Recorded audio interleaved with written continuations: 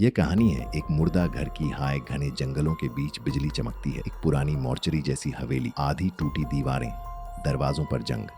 अंदर लोहे के टेबल पर पड़े सड़े शव और दीवार पर लिखा लाल अक्षरों में, कब्र खुली तो कयामत लौटेगी।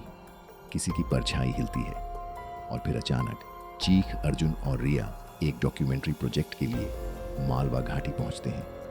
वो शवघर की कहानी सुनते हैं, एक पुरानी हवेली जो कभी ब्रिटिश समय की मॉर्चुअरी थी। कहते हैं वहां 1957 में एक नर्स देविका अपने ही पति द्वारा जिंदा दफन की गई थी और तब से कोई उस हवेली में एक रात नहीं बिता सका। राघव, थाना प्रभारी, उन्हें चेतावनी देता है। वो घर किसी के शरीर का नहीं, आत्माओं का कब्रिस्तान है। फिर भी टीम हवेली में कैमरे लगाती है। पहली रात रिया को आवाज़ सुनाई देती है। दूसरी रात कैमरे में दिखता है कि एक शव अपने आप उठकर बैठ गया।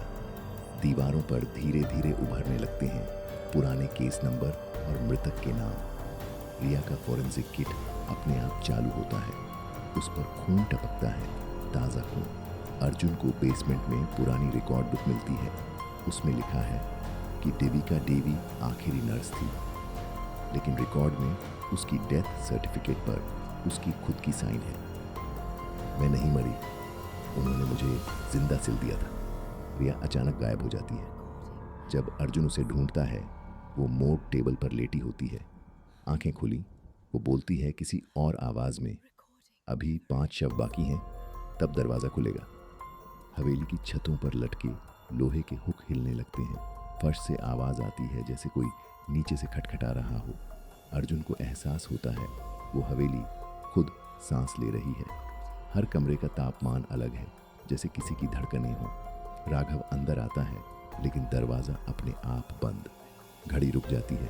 3:33 सुबह। हवेली के अंदर सारे कैमरे एक ही शब्द दिखाते हैं, रिकॉर्डिंग एंडेड। अर्जुन को बेसमेंट के नीचे एक और तहखाना मिलता है, जहां 1957 के मेडिकल रिकॉर्ड्स रखे हैं। वहां लिखा है देविका मालिक, यानी देविका, अर्जुन की दादी। रिया अब पूरी तरह कब्जे में है। वो कहती है, तू वही खून है जिसने मुझे जिंदा दफन किया था। अर्जुन को सब याद आता है। उसके दादा उस समय के ब्रिटिश मेडिकल ऑफिसर थे जिन्होंने देविका को धोखा दिया था। हवेली कांपने लगती है, शव उठने लगते हैं और दीवारें खून से वेलकम बैक लिखती हैं। अर्जुन अपने कैमरे की लेंस मोड़ता है और हवेली की आत्मा को रिकॉर्ड करता है। वो कहता है, अब सच्चाई कैमरे में कैद है, मौत नहीं। देविका की आत्मा रोती है और हवेली धीरे धीरे जलने लगती है। रिया बेहोश, अर्जुन खून में लथपथ। सुबह पुलिस को हवेली राख के ढेर में मिलती है, लेकिन कैमरा चालू रहता है। स्क्रीन पर आखिरी फ्रेम, देविका की आंखें लेंस के अंदर से झांकती हैं और विस्पर करती हैं, रिकॉर्डिंग नेवर एंड्स। कुछ घर मरते नहीं, वो बस इंतजार करते हैं।